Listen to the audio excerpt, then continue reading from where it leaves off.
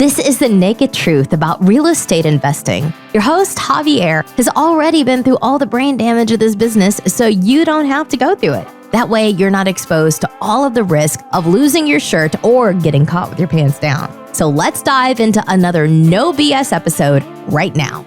All right. It can be very time consuming. It can be very scary. It could be like trying to get somewhere without a roadmap, right? So that's why I created this due diligence list when I buy a property.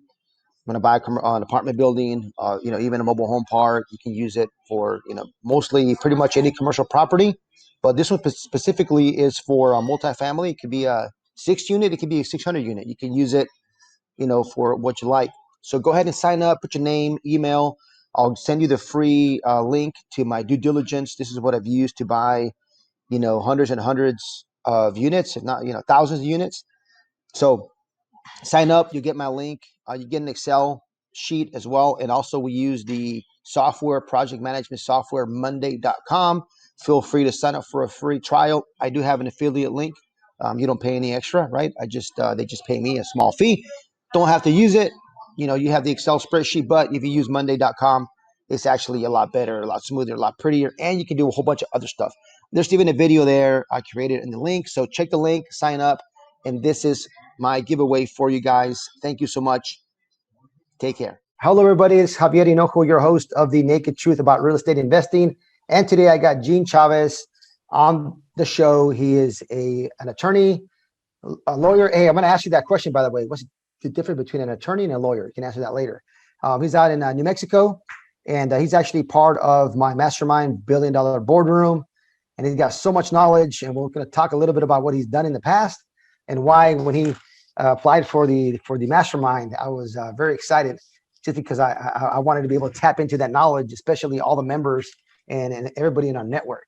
So I'm just gonna let you talk about, Gene, about what you did, what you're doing now. Talk about your law firm, your practice, and where you're going, right? But first, tell me what's the difference between an attorney and a lawyer. There's no difference. I guess Depends on how much you want to charge by the letter. Okay, answer. Okay, I have no idea. So awesome. So why don't you tell everybody a little bit about yourself? It's dangerous to give me a mic to talk about myself, Javier, but I'll give it my best shot here. I graduated from high school in 92, graduated college in 95, graduated law school in 99, started out as a prosecutor for about 2 years, and then I've had my own practice since. And I had a little stint for a couple of years there where I was working for an insurance defense firm.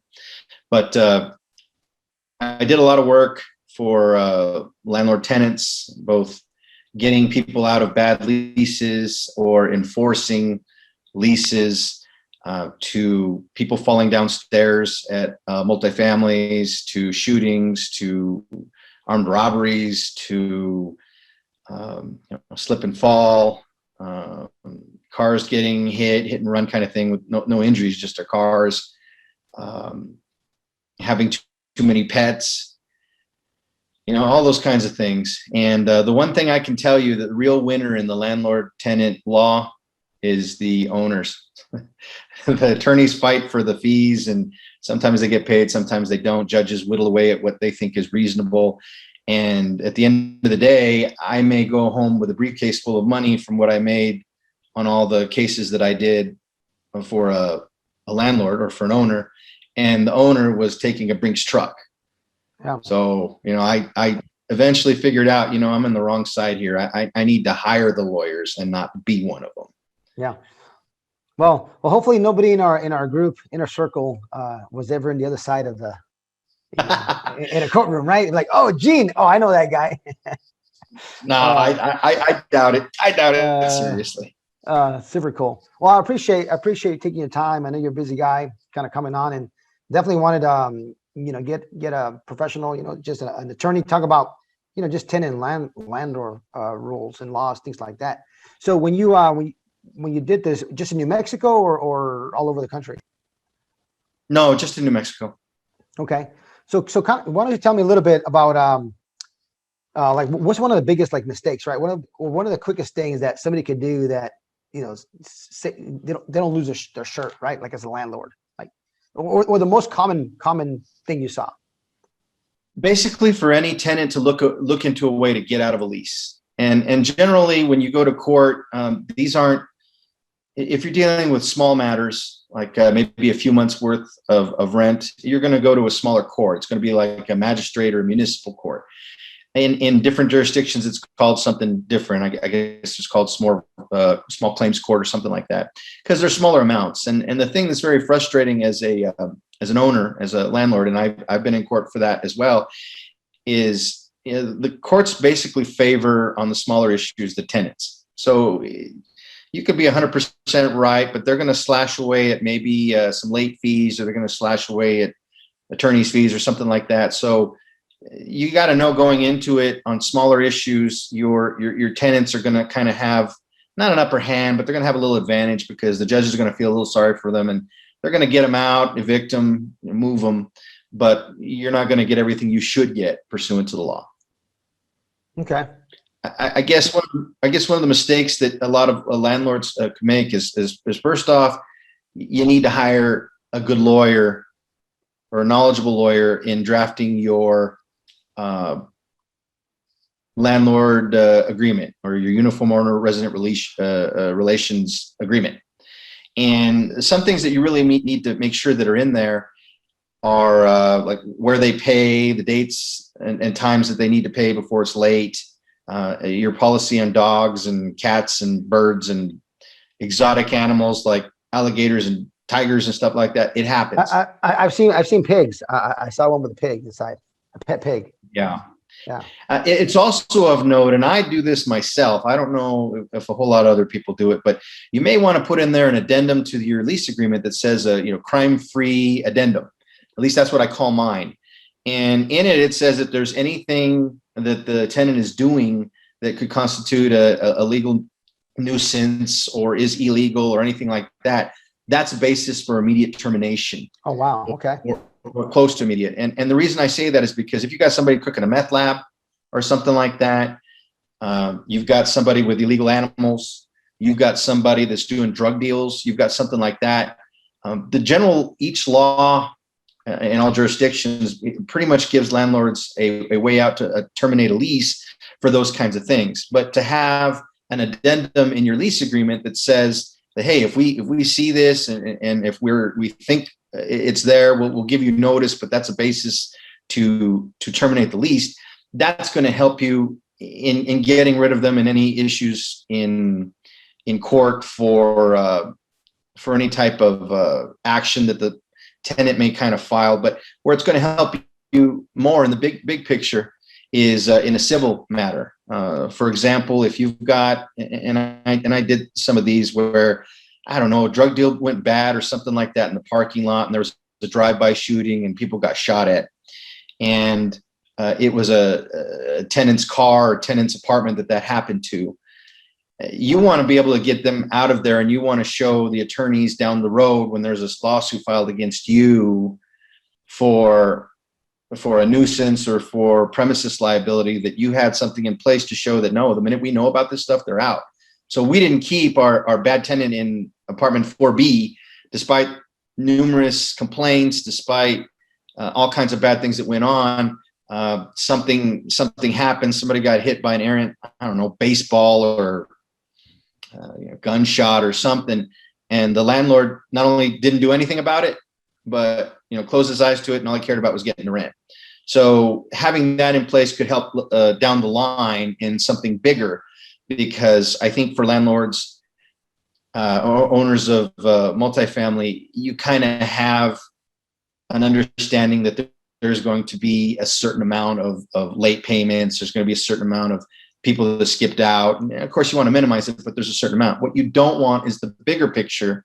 And I did it. I mean, when there was a drive-by shooting at an apartment complex, I hammered them because they didn't have any policies or procedures in place for any of the tenants that were there that, may have been encouraging or in fact doing it themselves. So, wow.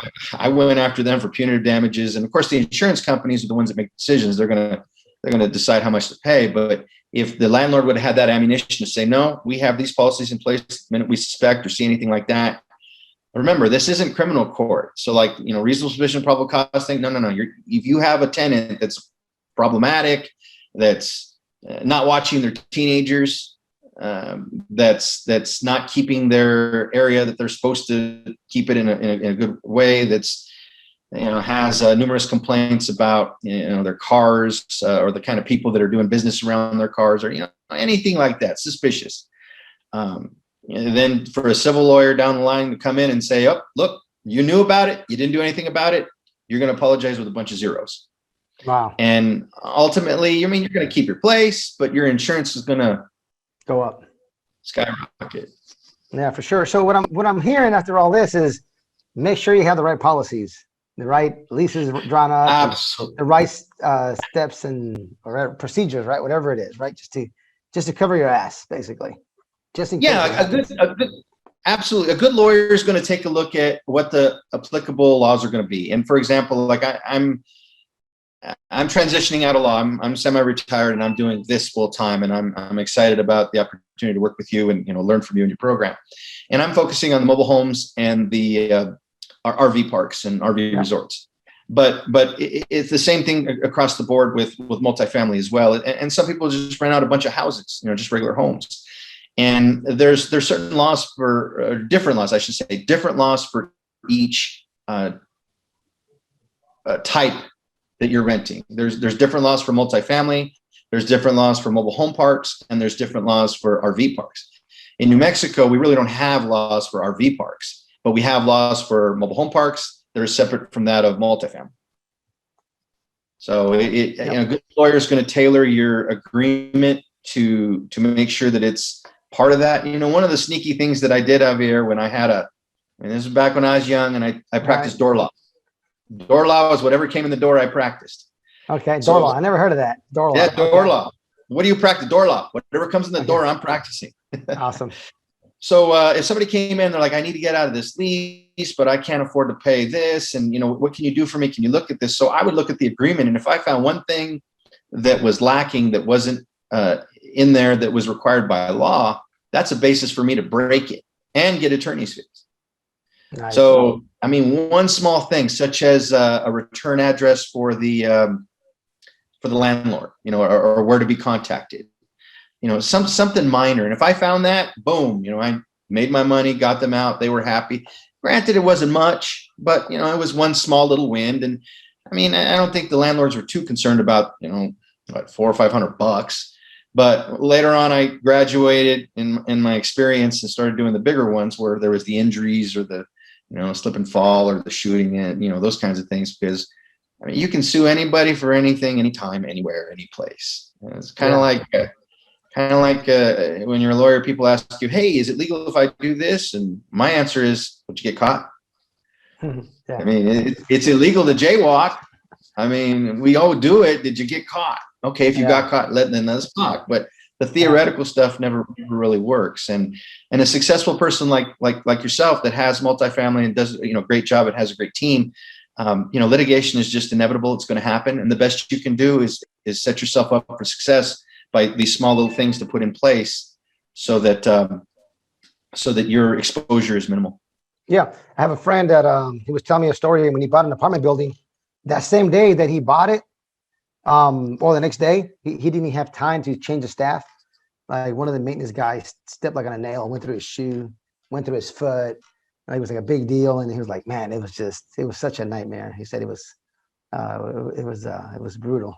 But anyways, stuff like that happens. That's two cases right there, Javier. That's a workers' comp claim, and that's a premises liability, perhaps. And like I said, even though it's probably he was the maintenance guy that probably left it on the floor, Yeah, he probably did it to himself.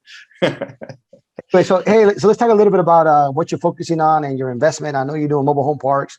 So why don't you tell me what are you working on right now, or maybe your any acquisitions you got, or maybe the last deal you closed. Let's talk about that. We're about to close on our park, small mobile home park in Hobbs, New Mexico. Okay. It was an off-market deal that I was able to get with mailings that I sent out.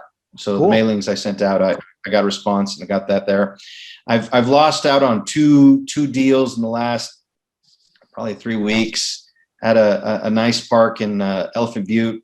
It's New Mexico's biggest lake. Elephant View. Yes, yeah, we used to go there, man. From when I used to live in El Paso, we used to go. Let's go to Elephant View, and we used to just go out there to the lake. Yeah, man, I remember that.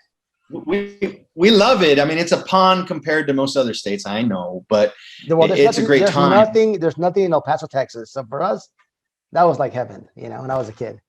That's my wife's hometown. So she said she's looking forward to talking some El Paso stories with you. Awesome. Super cool. So you missed out on that one. So what do you think made you miss out on these other two deals?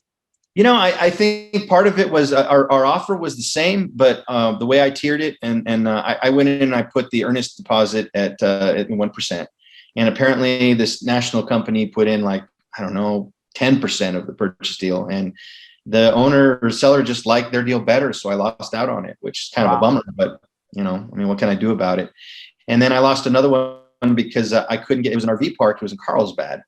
And I lost out on it because, I didn't lost out. I walked away from it because the seller wouldn't give me a warranty that the park was zoned and permitted for an RV park. Well, you definitely need that because you don't want to jump into a problem. Man, look at that. Elephant View and Carlsbad Caverns. We used to go to the caverns, not all the time, but when I was a kid as well. You got caverns over there, by the way. Super cool. Yeah. Bring back some memories, Gene. Bring back some memories. Yeah, so I'm looking. There's 3 of them off-market deals that by putting your name out there and pressing the flesh, all the things that you talk about on your. I follow your Twitter, your Facebook, your TikTok. All the things about getting it out there, what you do. And so I have 3 potential mobile home parks here in Albuquerque that we're going to look at, and I'm going to put in offers and purchase.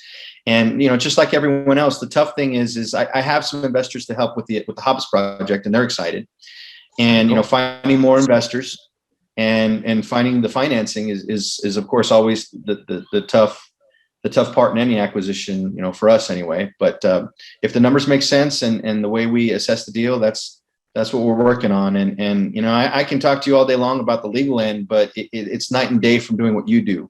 And so for me, transitioning to do from what my experience, my past has helped to now, I'm excited about it, and I'm absorbing as much as I can. But boy, there's so much I don't know.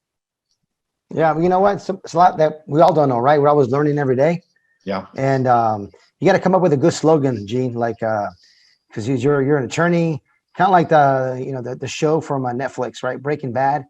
And then you have the attorney Sal, you need to call Sal, right? Maybe you got to come up with something cool, I was in the show. What? Come on now. I was on the show on episode 8 of season 1. In the first 5 minutes, I'm working as an attorney, and the main character, Saul Goodman, played by Bob Odenkirk, comes over to me and hands me mail and says, "Here you go, Gene." I get to use my name. And I said, "Thanks, Jimmy." And I still get small residuals from it. But yeah, I got to be on that show because I'm such a big fan. Oh, that's super cool, man. It's one of my favorite shows ever. So yeah, so somehow hey, Gene buys mobile home park, whatever. So just make it like the attorney buys mobile home parks. I don't know. Something like that. You got to come up with something. We'll come up with something. Help you out with that. I'm looking forward to it then. Yeah, sure. So let me ask you this. So transitioning, right? We have a lot of people that transition from maybe flipping houses to apartments to whatever else they want to do. Or somebody, transitioning from a job, right? Like I tell you what, I have a good friend that he just transitioned from his banking job, and he had over 100 single family houses. In the last 6 months, he's almost doubled because he's focused his time and energy. So you tell me, and all the audience out there, somebody who's got a career, a job, and they're trying to transition full time into, or have transitioned full time into real estate. What's the greatest challenge, and what do you see as the greatest benefit? Well, the greatest benefit is that with real estate, that's passive income, and you could also call that mailbox money, but I'm focusing on it with the your method, and that's the generational wealth. You can make a ridiculous amount of wealth by scaling this and doing it right, having multiple properties and keep purchasing more properties, and you'll have income coming in indefinitely. And perhaps somebody will buy you out somewhere down the line or leave you a percentage in it. But that's huge. So to go from whatever career you're in, whether you're a doctor, lawyer, architect, engineer, lab tech, whatever it may be, you're limited to the amount of money you can make per day because there's only so many hours in the day. But by doing real estate, I mean, you can own infinite amount of real estate.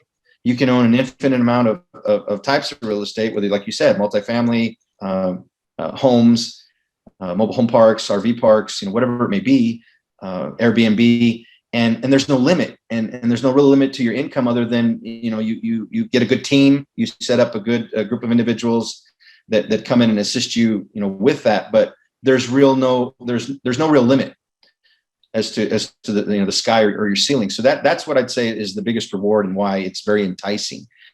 The challenge is for me, coming from a law background, I mean, yeah, it helps me because I know a little bit about what not to do and what to do as far as the operations. But going to investors, setting up those types of going to masterminds, those kinds of things, that's brand new. So and I think, I'm basically saying everything that you say in all of your media, Javier, and that is that a team, get yourself a good team, and networking. What I bring to the table may be very beneficial to somebody else, but I need help too. And so to talk to other people that have that information is huge. And, sharing information, and there's plenty of business to go for everyone. I mean, that's one of the things too that's unique about this, where I personally have appreciated the help you've given me in the past, and you're doing well and killing it in your area. But I'm not a threat out here in New Mexico, because I can scale and do a lot, and with your assistance, and for sure. And I think helping and networking is a good thing. Whereas in your my profession, like over here in New Mexico, we got ambulance chasers and people following around construction companies looking for people to get injured, and I don't want any part of that anymore. I'm done. I don't want to compete with those guys. I want to compete with, and when I mean compete, I want to say, hey, Javier, this is the deal that I got. They're asking X amount. These are the numbers. Are you interested in working this with me? Fantastic, great. We work out the details, get it done. We're both happy campers. So that's another positive thing. I guess another challenging thing too is you may take. I mean, for me, it was self-employed, so it wasn't so big as of a transition. But if someone works for a company, works for the government or something like that, and they want to go into transition to doing this, it's going to take a lot of time, because you may or may not be able to break away from your 9-to-5, and your 9-to-5 ain't going to care about what you're doing and the time it takes for you to go set it up and do it. So it's going to take a lot of time and a very supportive spouse if you're in a family. But the payoff's going to be well worth it. And so it takes dedication, and this isn't for everybody. Some people want the guaranteed check every 2 weeks. Some people want the benefits that come with it. That security, right? That security. Absolutely, the security, like that safety blanket. And starting out, well, gee, are they going to accept my offer? Gee, am I going to get back my earnest deposit that I just put down? Gee, do I have to pay for the inspection? Wow, I have to pay for this appraisal. Dang, it's never going to stop. I'm having to pay this. Am I getting it back? And those things you don't learn until you actually do it. And if you're prepared for it and you understand it, great, but there's no guarantee I'm going to get any of those back, number one. And number two, there's no guarantee that it's going to go through. But like Javier says, you believe in yourself. You believe in what you're doing, you go forward, you do all your homework, and go from there. And some people think that there's an easy button. I'm going to do real estate, I'm going to hit this easy button. And it's not easy. It's simple. It really is simple. We're not building rockets here. It's really simple, but it's not easy. And there is a difference. So it's going to take some time. It's going to take some dedication. It's going to take sacrifice. It's going to take sacrifice. And, you may have to miss out on a birthday party or two with children. You may have to use up all your vacation time to go look at a property or do things that are related to it while you're still working for somebody else. But it's going to be worth it at the end, because running in that wheel at your company, the wheel may get bigger. I mean, you may get the raises and the promotions and that, but you're going to be stuck in that wheel. But to do what Javier is doing and what I'm aspiring to do is that's generational wealth. That's your kids' will be financially secure with the hard work that's done, now. Yep. So it's one thing you said out there, right? You say there's some sacrifices, right? So at some point, everybody has to sacrifice something, So if you're married, it might be some time with your spouse, with your kids, if you have kids, right? If you're single, hey, you know what? Maybe you don't hang out as much. You just go and you spend that extra time hanging out with your buddies, working. But another key thing you said was you got to make sure your spouse is on board. So anybody out there who's got a partner, significant other, if they're not on board, it's gonna be a lot harder, right? Because it's not easy. It's simple, like you said, it's simple, right? But it takes work. And if they're not on board, it's gonna be a little bit harder. So you gotta have that chat, that communication, and kind of have a game plan with, whoever your partner is. So that's definitely key.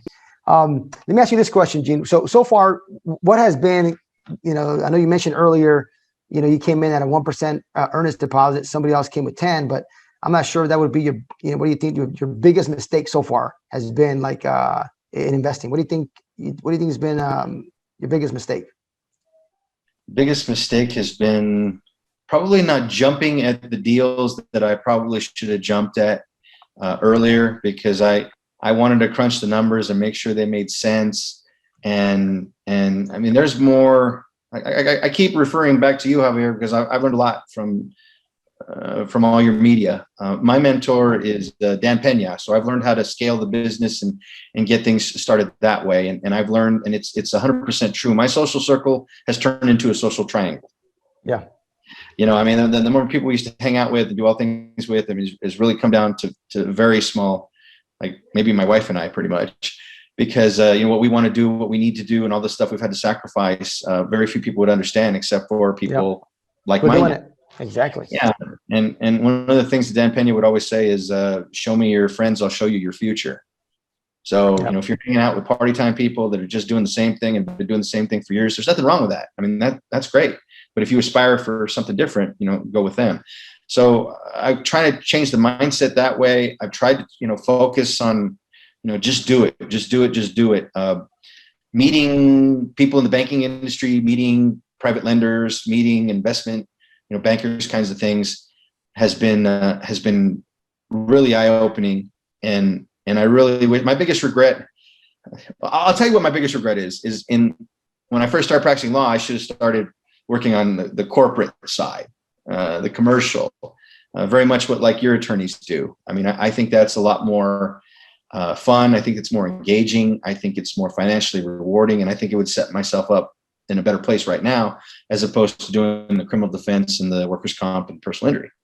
So that's my biggest regret. But as far as, right now, I guess not being able to assess a deal fast enough has sometimes hurt me, and not having, like for example, I found a wonderful mobile home park, 100% occupied in St. Augustine, Florida.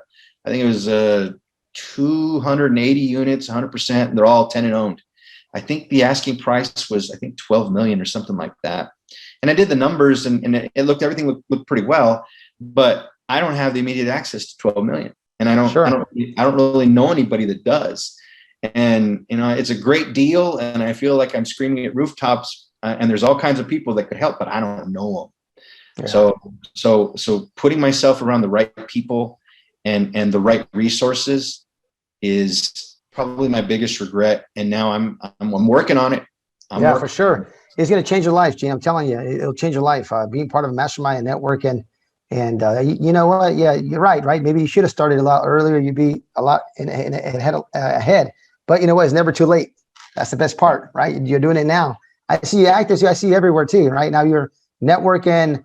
Now if you find something that's $12 million, right? You make sure you give me a call. I'll be more than happy to jump on that right away. But it's awesome, man. I really appreciate you just sharing kind of, your biggest mistake, right? So it's just nice for everybody hear it out there in the audience. We don't all do it perfect. I make mistakes all the time. So, but just move on, right? You just, you learn from them and you keep going. So I appreciate that. Hey, this brings me to, we're almost out of time. So this brings me to my favorite part of the interview, which is the naked roulette. And I'm going to pop up the roulette here, and I'm going to ask Gene 3 questions. Let's find out if attorneys have a sense of humor. How about that, huh? Well, this one does. I love lawyer jokes. All right. It's not going to be lawyer jokes, but it'll just be just some random questions here. Let me share my screen, and let me see if you can see it. You see my screen? All right. Got it. Yep. Let's go. Naked Truth Roulette. First question for Gene. All right. Question number 1. Ever cried at a movie? Yes. All right. Which movie was it? Oh, wow. The last one you cried at. The last one I cried at. The one that comes to mind is the movie Frequency. Frequency. Okay. All right. All right. Frequency. So Gene cried in the movie Frequency. All right. So he has cried in a movie. Yes. Question number 2. Let's see what we got. Oh, I want to see this one. Ah, yes. I get to meet your wife. I'm going to tell her this one. If you could pick any celebrity and take them on a romantic date, who would it be? Dead or alive? Wow. Dead or alive? Doesn't matter. Dead or alive? Yeah. Geez, my wife is going to kill me on this one. But okay, it's all right. I'll back you up. I say I force you to do it. You're not going to know who she is. I'm sure everybody will look it up, and they're going to see what kind of weirdo I am. But her name is Anastasia Berthier. Berthier. I'm definitely going to look at her. I'm going to look her up now. I'm going to look her up. Awesome. Okay, I won't tell your wife. Nobody will tell your wife. It's just you and me talking here. Here we go. Oh, she knows. She gives me such a hard time. All right, third question for you. Let's see here what we got. Oh, yeah, this is one of my favorites. What is the worst chore to do? Which do you like the least? Oh, man. To be honest with you, I have such a good wife. I don't have to do much. She takes care of everything. But the worst chore I do is anything having to do with the yard work. I hate yard work with a passion, man. Okay. Yeah. With a passion. I hate yard work, man. I hate yard work as well. I definitely do not like it. So awesome, Gene. You survived the Naked Truth Roulette. It wasn't that bad, was it? It was pretty good. No, I was hoping for some good ones. I kept it pretty good. So Gene, how do people get a hold of you? Right? You got some people out there, maybe you got some deal flow out in New Mexico area. People who might be interested in partnering up with you, or just get a chance to chat with you. How do they get a hold of you? Yeah, I'm on Facebook, Gene Chavez, Gene the Shark. If you did type in Gene the Shark on Facebook, you'll find me. Nickname of mine, sharks are my favorite animals, and being an attorney, that was the nickname that's always stuck.